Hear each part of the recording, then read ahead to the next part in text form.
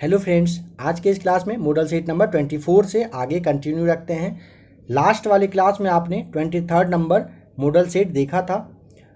आज के इस क्लास में 24 टू 30 आपको देख लेना है, जैसा कि आपको पहले भी बताया गया था। बीएसएससी के लिए खास करके अभी आप स्पीडी साइंस का वन लाइनर देख रहे हो। जो लोग इस चैनल पर नए हों, बीएसएससी की तैयारी कर रहे हो, एक बार आप प्लेलिस्ट में आकर चेक कर लीजिएगा। आपके बीएसएससी के लिए काफ़ी सारा मटेरियल अवेलेबल है, आप एक बार ज़रूर प्लेलिस्ट में आकर देख लीजिएगा। और अगर आपको क्लास का पीडीएफ चाहिए होगा तो नीचे टेलीग्राम का लिंक दिया हुआ है, टेलीग्राम आप ज्वाइन कर लीजिए, वहाँ पे आपको क्लास का सारा पीडीएफ मिल जाएगा। ठीक है, जो लोग टेलीग्राम नहीं यूज करते हों या उनको टेलीग्राम ज्वाइन करने में अगर कोई प्रॉब्लम आए तो आप इस नंबर पे मैसेज करिएगा, क्लास का आपको पीडीएफ या फिर टेलीग्राम का लिंक जैसा होगा आपको दे दिया जाएगा। 9576843550 आप ही के लिए यह नंबर है, ध्यान रखिएगा। आपको बस इस पर टेलीग्राम का लिंक अगर चाहिए तो वो मैसेज करना है, या नहीं तो फिर पीडीएफ के लिए मैसेज करिएगा, क्लास का पीडीएफ मिल जाएगा। आइए सेट नंबर 24 देखते हैं। विद्युत केतली में पानी किस कारण से गर्म होता है? तो संवहन के कारण क्या होता है? विद्युत केतली में पानी गर्म होता है। ध्यान रखिएगा, विद्युत केतली में पूछे पानी किस कारण से गर्म होता है? संवहन के कारण। काफ़ी इंपॉर्टेंट है। बताइए कि बोलोमीटर एक यंत्र है जो क्या मापता है? तो यह ना ऊष्मीय विकिरण मापता है। बोलोमीटर के बारे में पूछेगा कि यह क्या मापता है, तो ऊष्मीय विकिरण मापने के लिए मापने का यह एक यंत्र है। ठीक है, किसी ठोस पदार्थ के बिना द्रव में बदले सीधे वाष्प अवस्था में परिवर्तित होने को आप क्या कहते हैं? ऊर्ध्वपातन के नाम से उसे आप जानते हैं। जिस ताप पर कोई ठोस ऊष्मा पाकर द्रव में परिणत होता है वह क्या कहलाता है? उसे आप गलनांक के नाम से जानते हैं। जिस ताप पर कोई द्रव ऊष्मा पाकर, अगर पूछेगा, ध्यान रखेंगे, अगर आपसे पूछेगा ऊष्मा पाकर वाष्प में बदलता है तो उसे आप क्या कहते हैं? क्वथनांक कहते हैं। ध्यान रखेंगे, समझिएगा। जिस ताप पर कोई द्रव ऊष्मा पाकर, ठीक है, वाष्प में बदल जाए उसे आप क्वथनांक कहते हैं। और कह रहा है जिस ताप पर कोई ठोस पदार्थ, ध्यान रखेंगे, कोई ठोस पदार्थ अगर ऊष्मा पाकर द्रव में बदल जाता है उसे आप गलनांक कहते हैं, मतलब वो गल जाता है। ठीक है, ऐसे समझिए, कोई पत्थर या कुछ भी ऐसा ले लीजिए मटेरियल, वो ठोस अवस्था में है और वो अगर गल जाएगा तो उसे आप गलनांक कहते हैं। और द्रव ऊष्मा पाकर अगर वाष्प में बदल जाए उसे आप क्वथनांक के नाम से जानेंगे। ठीक है, देखिए, द्रव में वाष्प में पदार्थ के अवस्था परिवर्तन को आप कहते हैं, क्या कहते हैं? तो उसे आप वाष्पन के नाम से जानते हैं। ठोस से द्रव में पदार्थ के अवस्था परिवर्तन को कहते हैं, क्या कहते हैं? ठोस से द्रव में पदार्थ की अवस्था परिवर्तन को क्या कहते हैं? उसे आप गलन कहते हैं। दाब बढ़ने से किसी द्रव का क्वथनांक क्या होगा? बढ़ जाएगा। फ्रेंड्स देखिए, बीएसएससी के लिए जो आप आज वन लाइनर का क्लास देख रहे हो, जो भी क्वेश्चन आप देख रहे हो, कोशिश करिए अभी के अभी उसे आप लर्न कर लेने का। ठीक है, जहाँ पे भी आपको जिसका भी जवाब नहीं पता हो स्क्रीनशॉट ले लीजिए, टेलीग्राम से जुड़ के आप क्लास का पीडीएफ ले लीजिए। बीएसएससी काफ़ी अच्छा खासा जॉब है, आपको तैयारी करना है तो साइंस पे कमांड करना पड़ेगा। 25 टू 30 क्वेश्चन जो है आपका साइंस से ही आएगा, तो आपको हर हाल में कमांड करना है। प्लेटफॉर्म का भी आपके लिए साइंस का क्लास अवेलेबल है, आप उसे भी देखिएगा। काफ़ी सारा प्रैक्टिस तो आपके लिए आ ही चुका है, तो आप ज़रूर एक बार प्लेलिस्ट में आकर देख लीजिएगा। और आज के क्वेश्चन में कोशिश करिए हर एक क्वेश्चन को अच्छे से याद करने का। बताना है कि तेज हवा वाली रात्रि में ओस नहीं बहती है। क्यों नहीं बहती है? क्योंकि वाष्पीकरण की दर तेज होती है, इसी वजह से क्या होता है, ओस बिल्कुल भी आपको नहीं दिखता है, नहीं बहते हुए दिखेगा। ठोस कपूर से कपूर वाष्प, देखिए कह रहा है कि ठोस कपूर से कपूर वाष्प बनाने की जो प्रक्रिया है उसे आप क्या कहते हैं? तो ऊर्ध्वपातन उसे आप कहते हैं। बर्फ के गलन की गुप्त ऊष्मा का मान होता है। देखिए, जब आप इक्वेशन वगैरह सॉल्व करेंगे ना, तो वहाँ पे आपको ये पहले से पता होना चाहिए कि गुप्त ऊष्मा का मान वगैरह कितना होता है। सब कुछ का मैक्सिमम सारे कुछ का ना गुप्त ऊष्मा का आपको मान याद करना ही पड़ेगा। तो बर्फ के गलन की अगर गुप्त ऊष्मा आपसे पूछेगा तो 80 कैलोरी पर ग्राम आपको जवाब देना है। किसका? बर्फ के गलन की यह गुप्त ऊष्मा है। ठीक है, वाष्प की अगर गुप्त ऊष्मा पूछेगा 536 कैलोरी पर ग्राम गुप्त ऊष्मा हो जाएगा वाष्प का। ध्यान रखिएगा। रेफ्रिजरेटर में थर्मोस्टेट का कार्य क्या होता है? तो रेफ्रिजरेटर में थर्मोस्टेट का जो काम है ना, एक समान तापमान बनाए रखना होता है। प्रकाश तरंग किस प्रकार की तरंग है? तो प्रकाश तरंग अनुप्रस्थ तरंग है। ध्यान रखेंगे। प्रकाश का तरंग सिद्धांत किसके द्वारा प्रतिस्थापित किया गया था?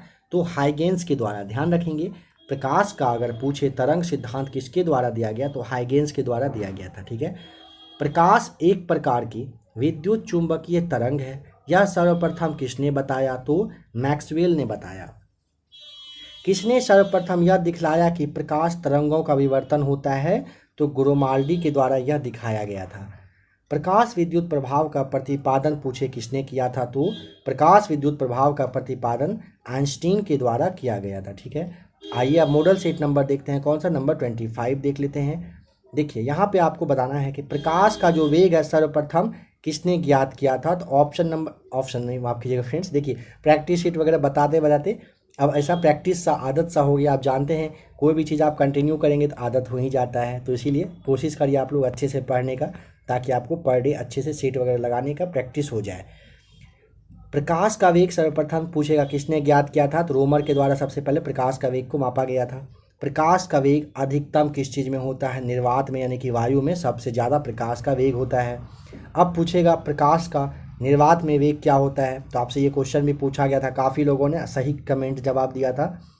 प्रकाश का निर्वात में अगर वेग पूछेगा 3 × 10⁸ मीटर पर सेकेंड होता है प्रकाश का निर्वात में वेग। प्रकाश वर्ष इकाई है किस चीज़ का, दूरी का इकाई है। इंद्रधनुष में किस रंग का विक्षेपण अधिक होता है, तो लाल रंग का विक्षेपण सबसे ज़्यादा होता है। मानव आँख की रेटिना पर कैसा प्रतिबिंब बनता है, तो वास्तविक तथा ये आपका हो जाएगा उल्टा बनता है। ठीक है, बताना है कि प्राथमिक रंग कौन से हैं, तो प्राथमिक रंग जो है लाल, हरा और नीला होता है। प्रकाश के वर्णक्रम में किसका तरंग न्यूनतम होता है, तरंग दैर्ध्य जो है, तो ये बैगनी रंग का होता है। पूछेगा तो लाल का सबसे ज़्यादा, बैगनी का सबसे कम। प्रकाश के वर्णक्रम में किसका तरंग दैर्ध्य अधिकतम होता है, तो लाल रंग का होता है। प्रकाश का रंग निश्चित किया जाता है कैसे, तो तरंग दैर्ध्य के द्वारा ही प्रकाश का रंग को निश्चित किया जाता है। स्वस्थ नेत्र के लिए सुस्पष्ट जो दूरी होता है ना, वो कितना, तो 25 सेंटीमीटर। यह भी क्वेश्चन पूछा गया था और काफ़ी लोगों ने सही कमेंट किया था इसका जवाब। वर्णांधता को किस लेंस से दूर किया जा सकता है, तो देखिए वर्णांधता के बारे में समझ लीजिएगा, यह किसी भी लेंस से इसे आप दूर नहीं कर सकते हैं, ये आप ध्यान रखिएगा। ठीक है, धूप के चश्मे का पावर क्या होता है, तो 0, मतलब शून्य डायोप्टर होता है धूप के चश्मे का पावर। ठीक है, विद्युत चुंबकीय तरंग एवं प्रकाश तरंग के वेग होते हैं कैसे होते हैं, तो बराबर। ध्यान रखेंगे विद्युत चुंबकीय तरंग एवं प्रकाश तरंग का जो वेग है वो आपका बराबर होता है। लेंज का नियम कौन से संरक्षण नियम का परिणाम है, तो ऊर्जा संरक्षण का यह परिणाम है किसका, तो लेंज का नियम। एक सूखे सेल में कौन सी ऊर्जा पाई जाती है, एक सूखे सेल में रासायनिक ऊर्जा पाई जाती है। सामान्य ट्यूब लाइट में कौन सी गैस होती है, तो आर्गन के साथ मरकरी वेपर ये रहती है। डायनमो का क्या कार्य है, तो डायनमो का कार्य है यांत्रिक ऊर्जा को विद्युत ऊर्जा में बदल देना। ठीक है, घरों में पंखे एवं लैंप किस प्रकार लगाए जाते हैं, तो समांतर क्रम में घर में ना पंखा और लैंप लगाया जाता है। ठीक है, आइए नंबर 26 देख लेते हैं। देखिए ट्रांसफार्मर की रेटिंग को किस यूनिट में व्यक्त किया जाता है, kVA में व्यक्त किया जाता है। ठीक है, त्वरित चालक का आविष्कारक कौन है बताइए, तो बेंजामिन फ्रैंकलिन के द्वारा त्वरित चालक का आविष्कार किया गया था। ठीक है, त्वरित चालक बनाए जाते हैं किस चीज़ के, तो त्वरित चालक जो है ना आपका ये तांबा का बनता है। अस्थाई चुंबक बनाए जाते हैं इस्पात के, ध्यान रखेंगे अस्थाई चुंबक इस्पात का बनता है। अस्थाई चुंबक अगर पूछेगा तो यह आपका नर्म लोहा का बनता है। चुंबक के समान ध्रुवों के जो बीच में होता है क्या होता है, तो प्रतिकर्षण। चुंबक के समान ध्रुवों के बीच अगर पूछेगा कैसा होता है, तो प्रतिकर्षण रहता है। चुंबक के विपरीत ध्रुवों के बीच आपको पता है आकर्षण होता है। ध्रुवों का नमन कोण का मान कितना होता है, 90 डिग्री बताना है। ध्रुव पर नमन कोण का मान पूछेगा तो आपको 90 डिग्री बताना है। मुक्त रूप से लटकी चुंबकीय सुई का जो अक्ष भौगोलिक अक्ष के साथ कोण बनाता है वो कितने, 18 डिग्री का। विषुवत रेखा पर नति कोण का जो मान है वो कितना हो जाएगा, तो आपको 0 डिग्री होता है। त्रिविमीय चित्र किसके द्वारा लिया जाता है, तो होलोग्राफी के द्वारा। अगर पूछेगा त्रिविमीय चित्र किसके द्वारा, तो होलोग्राफी के द्वारा यह लिया जाता है। एक ही प्रकार के परमाणुओं से मिलकर बना पदार्थ क्या कहलाता है, तो उसे आप तत्व के नाम से जानते हैं। 2 या 2 से अधिक तत्वों के मात्रा के विचार से एक निश्चित अनुपात में संयोग करने से बना पदार्थ क्या कहलाता है? यौगिक कहलाता है। दो या दो से अधिक शुद्ध पदार्थों को किसी भी अनुपात में मिला देने से क्या बनेगा? तो वो आपका मिश्रण तैयार हो जाएगा। विश्व का प्रत्येक पदार्थ अत्यंत सूक्ष्म कणों से मिलकर बना होता है। यह सर्वप्रथम किसने कहा था? यह सबसे पहले कनाद के द्वारा कहा गया था। परमाणु के नाभिक का आकार कैसा होता है? तो 10⁻⁻15 मीटर होता है परमाणु के नाभिक का आकार। न्यूट्रॉन तथा प्रोटॉन के संख्याओं के योगफल को आप क्या कहते हैं? तो उसे आप द्रव्यमान संख्या के नाम से जानते हैं। ठीक है। परमाणु भार का अंतर्राष्ट्रीय मात्रक क्या है? तो C12 आपको ध्यान रखना है। परमाणु भार का अंतर्राष्ट्रीय मात्रक पूछेगा, C12 होता है। ठीक है। रेडियोधर्मी पदार्थ उत्सर्जित करता है, अल्फा, बीटा और गामा कण का यह उत्सर्जन करता है। कौन? रेडियोधर्मी पदार्थ। नंबर 27 देखना है। देखिए, बताइए कि नाभिक से निकलने वाले विकिरणों में किसकी भेदन क्षमता सर्वाधिक होती है? तो गामा किरणों की भेदन क्षमता सबसे ज़्यादा हो जाएगा। ठीक है। लोहे पर जंग लगना उदाहरण है किस चीज़ का? ऑक्सीकरण का उदाहरण है लोहे पर जंग लगना। ठीक है। नीले लिटमस पत्र को लाल कौन कर देता है? तो ये अम्ल के द्वारा लाल कर दिया जाता है नीले लिटमस पत्र को। ठीक है। लाल लिटमस पत्र को नीला कौन करता है? तो क्षार के द्वारा लाल लिटमस पत्र को नीला किया जाता है। जल में घुलनशील भस्म को क्या कहते हैं? तो उसे आप क्षार के नाम से जानते हैं। सभी अम्ल जल में घुलकर प्रदान करते हैं क्या? H+ आयन करता है। सभी अम्ल जल में घुलकर पूछेगा तो H+ आयन प्रदान करता है। भस्मों का स्वाद होता है, कैसा होता है? भस्मों का स्वाद अगर पूछेगा तो कड़वा होता है। अम्ल का स्वाद कैसा होता है? खट्टा होता है। भस्मों के जलीय घोल में कौन सा आयन होता है? तो OH- आपको ध्यान रखना है। सभी लवण होते हैं, कैसा? तो वैद्युत अपघटय होते हैं सभी लवण। NTP पर किसी गैस के 1 मोल का आयतन कितना? 22.4 लीटर रहता है। NTP पर किसी गैस के 1 मोल का आयतन पूछेगा 22.4 लीटर रहता है। भारी जल का अनुभार है कितना है? तो 20 होता है। इसे आप D2O के नाम से जानते हैं, ध्यान रखिएगा। देखिए, ठोस पदार्थों की विलेयता ताप बढ़ने से क्या होगा? बढ़ जाती है। ठोस पदार्थ की विलेयता ताप बढ़ने से बढ़ता है। किसी द्रव में गैस की विलेयता ताप बढ़ने से पूछेगा क्या होता है? तो किसी द्रव में गैस की विलेयता ताप बढ़ने से घट जाता है। कोलाइडी रसायन का जनक किसे माना जाता है? तो ग्राहम को आप कोलाइडी रसायन के जनक के रूप में जानते हैं।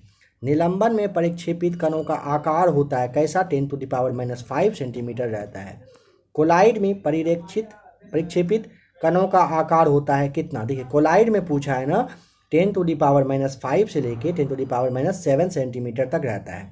उत्प्रेरक की खोज किसने किया था? तो बर्जिलियस के द्वारा उत्प्रेरक की खोज की गई थी। आवर्त सारणी के बताना है कि उदग्ध स्तंभों को आप क्या कहते हैं? तो उसे आप वर्ग के नाम से जानते हैं। और आवर्त सारणी के जो क्षैतिज स्तंभ होते हैं उसको क्या कहते हैं? उसे आप आवर्त के नाम से जानते हैं। ठीक है। नंबर 28 देखते हैं। आधुनिक आवर्त सारणी में वर्गों की कुल संख्या पूछेगा तो 18 है। आधुनिक आवर्त सारणी में आवर्त की कुल संख्या पूछेगा तो आपको 7 बताना है। खनिजों एवं अयस्कों से धातु प्राप्त करने की विधि को क्या कहते हैं? तो धातु कर्म कहा जाता है। चलिए फ्रेंड्स, एक सवाल है आपसे यहाँ पे, बताइए तो पुराणों की संख्या कितना है? जरा कमेंट करके बताइएगा कि टोटल पुराण कितना है, पुराणों की संख्या कितना है। तो अगर आपको इसका जवाब पता हो तो कमेंट करके बताइएगा टोटल पुराणों की संख्या कितना है। आप शायद समझ पाए होंगे क्वेश्चन क्यों पूछा गया यहाँ पे। देखिए, बताना है कि खनिजों एवं अयस्कों से धातु प्राप्त करने की विधि को आप क्या कहते हैं? तो उसे आप धातु कर्म के नाम से जानते हैं। ठीक है। रणनीतिक धातु कहा जाता है किसको? टाइटेनियम को आप रणनीतिक धातु के नाम से जानते हैं। अयस्क में उपस्थित अशुद्धि को क्या कहते हैं? तो आप उसे गैंग के नाम से जानते हैं। अयस्क से गैंग को हटाने के लिए मिलाया गया पदार्थ क्या कहलाता है? तो फ्लस्क जो है ना, ये अयस्क से गैंग को हटाने के लिए मिलाया जाता है। गैंग एवं फ्लस्क के मिलाने से बना पदार्थ क्या कहलाता है? तो आप उसे धातु मल के नाम से जानते हैं। हॉर्न सिल्वर अयस्क है किस चीज़ का? तो चांदी का यह अयस्क होता है। हेवी स्पार अयस्क है किस चीज़ का? तो हेवी स्पार अयस्क अगर पूछेगा ना तो बैरियम का यह अयस्क होता है। कौन सी धातु नाइट्रोजन में जलती है? मैग्नीशियम जो है यह नाइट्रोजन में जलती है। लोहे में जंग लगने से बना पदार्थ कौन सा? फेरिक एवं फेरक ऑक्साइड होता है। ठीक है। लोहे का शुद्धतम रूप कौन सा होता है? तो ध्यान रखिएगा, पिटवा लोहा जो है आपका, ये लोहे का सबसे शुद्धतम रूप के नाम से आप इसे नाम से जानते हैं। कौन झूठा सोना के नाम से जाना जाता है? FeS2 को आप झूठा सोना के नाम से जानते हैं। तांबा का जो शत्रु है वो किस तत्व को कहते हैं? तो उसको आप गंधक को कहते हैं, ठीक है। चांदी का निष्कर्षण मुख्यतः किस अयस्क से किया जाता है? अर्जेंटाइट से किया जाता है। चांदी का निष्कर्षण पूछेगा तो अर्जेंटाइट से किया जाता है। हॉलमार्क का चिन्ह जो है किन उत्पादों पर लगाया जाता है? तो हॉलमार्क आप जानते हैं, स्वर्ण आभूषण मतलब सोना वगैरह पे लगता है। बेवकूफ़ों का सोना के नाम से किसे जानते हैं? तो आयरन पैरोक्साइड से आप पैरोक्साइड को आप जानते हैं किसका? झूठों का सोना के नाम से, मतलब बेवकूफ़ों का सोना इसे कहा जाता है। शुद्ध सोना होता है कितना? तो 24 कैरेट का रहता है। 18 कैरेट के मिश्रित सोने में शुद्ध सोने का प्रतिशत कितना है? 75% है। देखिए नंबर 29 है, संचायक बैटरियों में कौन सी धातु का प्रयोग किया जाता है? तो सीसा का प्रयोग किया जाता है। भारत में प्रचुर मात्रा में उपलब्ध नाभिकीय ईंधन कौन सा है? तो थोरियम होता है सबसे, मतलब प्रचुर मात्रा में भारत में मिलता है। किस गैस को प्राण वायु कहा जाता है? तो जानते हैं ऑक्सीजन को। रसायनों का सम्राट पूछेगा किसे कहा जाता है? तो सल्फ्यूरिक अम्ल को आप रसायन के सम्राट के नाम से जानते हैं। हीलियम की खोज किसने किया था? तो लोकेयर के द्वारा हीलियम की खोज की गई थी। हीलियम के नाभिक में होते हैं, क्या होते हैं? 2 प्रोटॉन तथा 2 न्यूट्रॉन होते हैं। कहाँ? हीलियम के नाभिक में। गुब्बारों में हाइड्रोजन के स्थान पर हीलियम गैस भरी जाती है। पूछ रहा है क्यों? क्योंकि हाइड्रोजन से यह हल्की होती है, ध्यान रखिएगा। पेट्रोल मिश्रण है किस चीज़ का? तो हाइड्रोकार्बन का मिश्रण होता है। कौन सा? तो पेट्रोल, ठीक है। पेट्रोलियम से प्राप्त होने वाला मोम होता है कौन सा? पैराफिन मोम होता है, ठीक है। देखिए बताना है कि टमाटर सॉस में पाया जाता है, क्या पाया जाता है? एसिटिक अम्ल होता है किसमें? टमाटर सॉस में। स्याही के धब्बों को हटाने के लिए प्रयुक्त होती है कौन सी? ऑक्जेलिक अम्ल का यूज किया जाता है। मानव गुर्दे में बनने वाली पथरी जो प्रायः होती है वो कैल्शियम ऑक्जेलेट की बनी होती है। मानव के गुर्दे में बनने वाली पथरी किस चीज़ की? तो कैल्शियम ऑक्जेलेट की बनी होती है, ध्यान रखिएगा। रबर उद्योग में बहुलता से प्राप्त होता है, क्या प्राप्त होता है? तो एनिलीन जो है यह प्राप्त होता है रबर उद्योग में सबसे ज़्यादा, इसका यूज होता है। पीवीसी का तात्पर्य क्या है? पॉली विनाइल क्लोराइड आप जानते हैं, पीवीसी का तात्पर्य यहाँ पे होता है, मतलब उसका मतलब है। रेन कोट बनाया जाता है किस चीज़ का? तो पॉलीकार्बोनेट्स का बनता है। रेन कोट पूछेगा तो पॉलीकार्बोनेट्स का यह बनाया जाता है। मानव निर्मित प्रथम कृत्रिम रेशा कौन सा था? तो आपको रेयॉन बता देना है, ठीक है। नायलॉन बनाने में के लिए जो प्रयुक्त कच्चा पदार्थ है वो क्या होता है? तो वो एपिडिक अम्ल रहता है। नोबेल का जो तेल है कहा जाता है किस चीज़ को? तो ट्राइनाइट्रो ग्लिसरीन को आप कहते हैं नोबेल का तेल के नाम से जानते हैं। क्षारों द्वारा तेल का जो जल अपघटन कहलाता है वो क्या कहलाता है? तो साबुनीकरण के नाम से आप उसे जानते हैं। जीव विज्ञान के जनक के बारे में आपको बताना है, तो जीव विज्ञान के जनक कौन? अरस्तू को यह क्रेडिट जाता है, ठीक है। नंबर 30 देख लेते हैं, मॉडल सेट नंबर। बताना है कि वनस्पति विज्ञान के जनक थे, कौन थे? तो वनस्पति विज्ञान के जनक पूछे तो थियोफ्रेट्स थे। जंतुओं में फुट एंड माउथ रोग होता है, क्यों? क्योंकि यह विषाणु के द्वारा मतलब हो जाता है। लाल सागर का लाल रंग किसकी उपस्थिति के कारण होता है? तो शैवाल की वजह से ना लाल सागर का रंग कैसा होता है? लाल होता है। वृक्षों की छालों पर उगने वाले कवक क्या कहलाते हैं? तो कोर्टिकोलस के नाम से आप उसे जानते हैं। गोबर पर उगने वाले कवक को क्या कहा जाता है? पूछेगा गोबर पर तो कोप्रोफिलस के नाम से आप जानते हैं। गोबर पर उगने वाले कवक अगर पूछेगा क्या होता है तो कोप्रोफिलस। जल द्वारा परागण क्या कहलाता है? तो हाइड्रोफिली के नाम से आप जानते हैं जल द्वारा परागण को कहा जाता है। कॉफ़ी पाउडर के साथ मिलाया जाने वाला चिकोरी चूर्ण जो है प्राप्त होती है कहाँ से? तो ये जड़ से प्राप्त होता है। तंबाकू की पत्तियों में होती है, क्या होती है? तंबाकू की पत्तियों में होता है निकोटीन, ध्यान रखेंगे। किस वनस्पति खाद्य में अधिकतम प्रोटीन होता है? तो सोयाबीन में अधिकतम प्रोटीन होता है, ध्यान रखेंगे।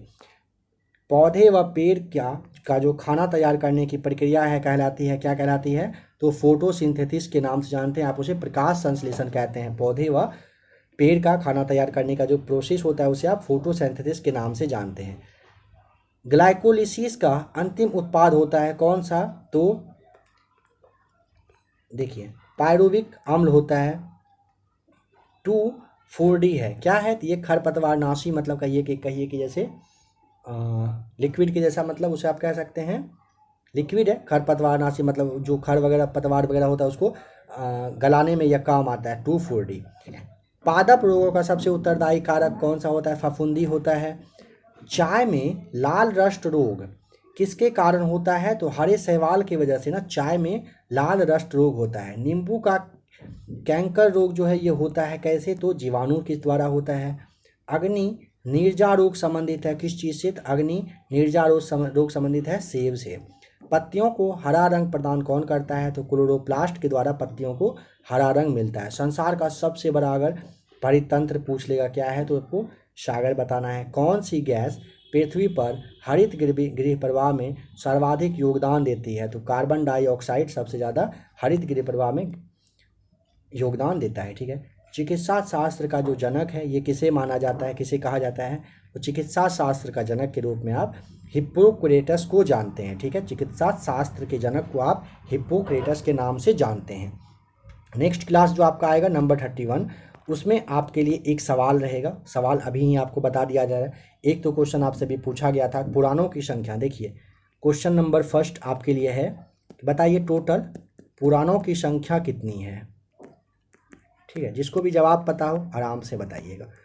देखिए next question model set number 31 का आपसे एक क्वेश्चन है, बताना है कि मछलियों से संबंधित जो अध्ययन है उसे आप क्या कहते हैं? ठीक है। नंबर सेकंड आपसे पूछा जा रहा है कि मछलियों से संबंधित, मछलियों से ना रिलेटेड जो आपका है अध्ययन है वो क्या कहलाता है? आप लोगों में से जिसे जवाब पता हो कमेंट करके ज़रा बताइएगा। Next class 31 number model set देखते हैं, बहुत ही जल्द आपके लिए आएगा। ऐसे ही फ्रेंड्स अगर आपको क्लास अच्छा लगे तो आप चैनल को सब्सक्राइब कर लीजिएगा। अगर आज का क्लास आपको अच्छा लगा होगा तो वीडियो को आप आराम से लाइक तो कर ही दीजिएगा। आप ही के लिए BSSC के लिए खास करके ये सब मेहनत किया जा रहा है। ठीक है। अगर कोई सजेशन देना हो कमेंट कर सकते हैं। BSSC के लिए काफ़ी सारा मटेरियल अवेलेबल है। जो लोग नए हो एक बार आप प्लेलिस्ट में आकर अच्छे से क्लास को देख लीजिएगा। फिर अगर आपको क्लास अच्छा लगे तो चैनल को आप सब्सक्राइब कर लीजिएगा। बने रहिएगा ABC एकेडमी के साथ। क्लास को देखने के लिए आपका बहुत बहुत थैंक्स।